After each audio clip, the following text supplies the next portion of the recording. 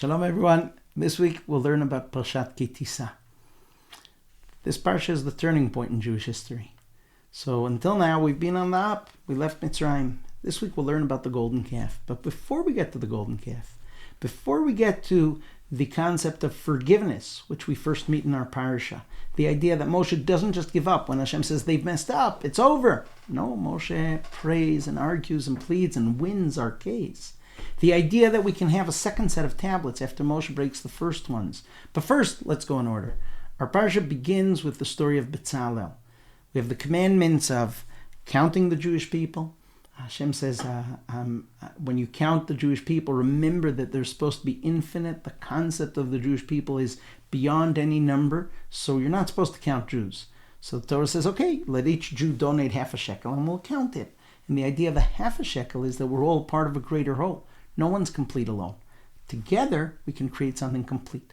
Then Hashem tells Moshe, everything you just learned about how to build the Mishkan and the clothing for Aaron, you need someone to oversee it. There's one person who is so talented, who'll know just how to do everything with the gold, with the silver, with the materials. There's one person. He's a kid. His name is Bezalel. He happens to be Moshe's great nephew because Bezalel is the son of Uri, who is the son of Hur, who is the son of Miriam, Moshe's own sister. So Bezalel is like the grandson of Moshe's sister, right? He is the great-grandson of Moshe's sister. He's a kid. But Hashem says to Moshe, look, I have a book here in heaven that says every leader that's going to be in world history. It says here, Bezalel is the one that's supposed to lead this. He's the only one who has this skill set. Together with Oliav, he'll have a partner who's also a kid, and tell the Jews that this is who I recommend. So Bezalel is appointed to lead the building of the Mishkan, and then we have one commandment that can seem inconsequential, but our sages told us it says everything. Hashem says, keep Shabbos. Keep Shabbos, we know that. Hashem says, keep Shabbos teaches you that all the tasks you have to do to build the Mishkan, those are exactly the tasks you're not going to do on Shabbos. So when our Parsha says keep Shabbos, what the Parsha is really saying is you cannot build the Mishkan on Shabbos.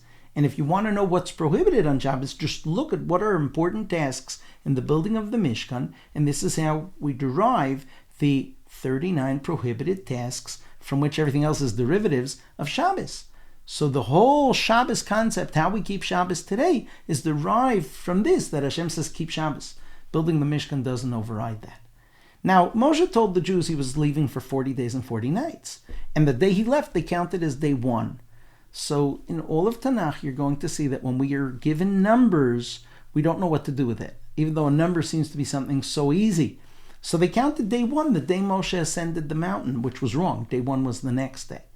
And so they reach day 40 and they tell Aaron, what's going on? Why isn't Moshe coming down? They look at the clouds and the Satan makes it that it looks like Moshe's coffin is floating on the clouds.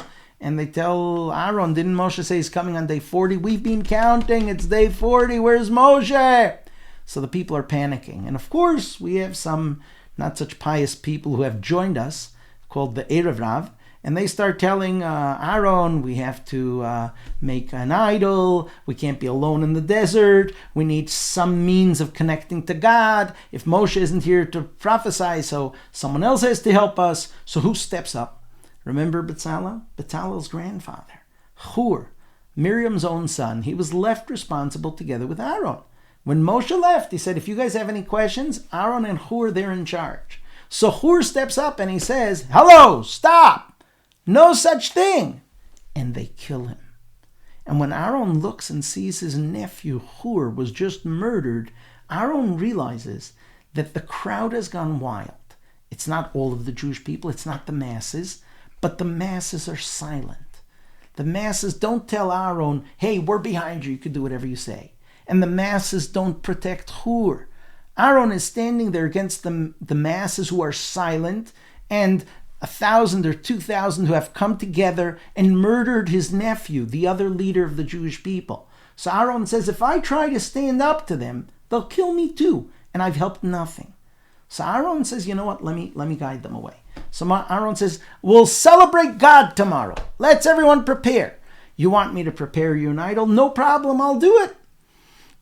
Go to your wives and tell them all to give you their jewelry, and I'll melt it and I'll make you an idol. Now Aaron figures he's been helping 30,000 couples with their marriage problems. He knows everything about marriage. And he knows that when they go to their wives are going to say, go fly a kite, which is exactly what happened. The wives looked at their husbands and said, say what? You're going to melt my jewelry for a stupid idol? I believe in God. I'm not doing this. And so the wives, they don't partake of the golden calf. The men come to their wives and say, we got to do this. And the wives say, forget it. No way. And in Judaism, men respect their wives. There's no such concept, because I'm stronger, you're going to do what I say. So even though these men were very into setting up a golden calf, they didn't dare do different than their wives told them. So they took their own jewelry. Because when we left Egypt, the men were also wearing earrings and rings. They were dressed like slaves, right? So they took off all their jewelry and they came to Aaron. And surprise, Aaron had expected they'd be fighting with their wives. But what ended up happening is they surprised him with a lot of gold and silver. So Aaron wants to buy time. He doesn't really understand why Moshe hasn't shown up. So he says, tomorrow morning we celebrate. Well, bright and early they show up and they start getting drunk and they're more rowdy and they're more dangerous. And Aaron is taking his time. He says, I'll do it. His point in doing it alone is that it'll take a lot of time. He wants to buy time. And as he melts the gold, and as he's doing what he's doing, so they start dancing and celebrating, and they take money and they bring it as an offering for this God that they expect Aaron to put together. Now, they were used to worshiping the calf in Egypt, so this is what they wanted now. And Aaron is playing along in the hopes that he will buy time and he'll be able to dissuade them. And that's why he told them, we will celebrate Hashem tomorrow. Meanwhile, Hashem says to Moshe, listen here. You only get greatness when the Jewish people are great. The Jewish people have just fallen. You have to leave. Let go of me. So Moshe says, what does that mean, let go of me? Hashem says, I'm going to destroy them. And Moshe hears the hint. He says, if Hashem said, let go of me, he's telling me I could hold on. So Moshe does not go down. Moshe starts praying. He says, Hashem, you know, this would destroy your reputation with the Egyptians. The Egyptians said you had bad intent. The Egyptians said there was a star called Ra'ah over our path in the desert and we'd all be destroyed by the star. They're going to say you couldn't do it. You wiped us out because you just couldn't do it. Hashem, in your name, you have to forgive the Jewish people. Do not destroy them. And he pleads with Hashem till he reaches the point where Hashem says, okay. Moshe gets sick. He breaks out into a fever. He is pleading so hard for the Jewish people.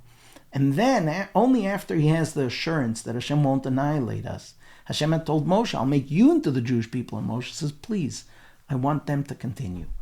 As our great leader Moshe, he pleads on our behalf. He comes down and he sees the nations wild. Yeshua has been waiting for him by the mountain. Together they go into the camp. When Moshe shows up, suddenly everything's clear.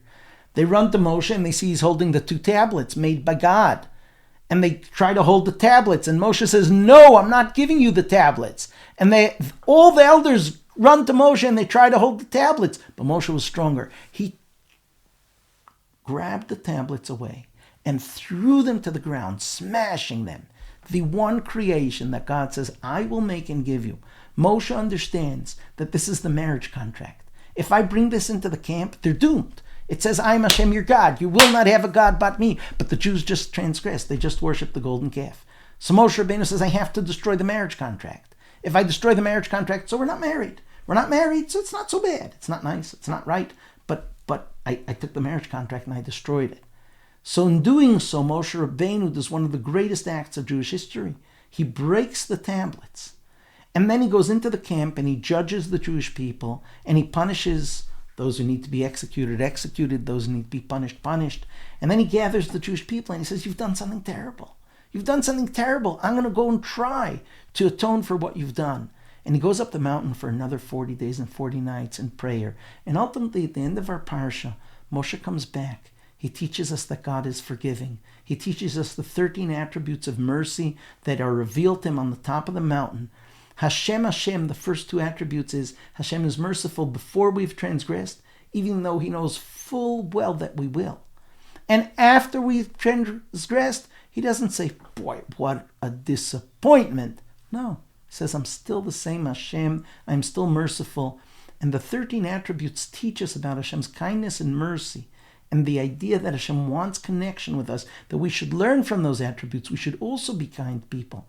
And Moshe comes down from the mountain at the end of our Parsha with the second set of tablets, the idea that we are still connected to Hashem, and even after we've messed up, we're still connected, we're still the chosen people, we're still headed to the land of Israel, and we are still with the responsibility to carry the beacon of light, the guidance that Hashem wants for the world. Shabbat Shalom.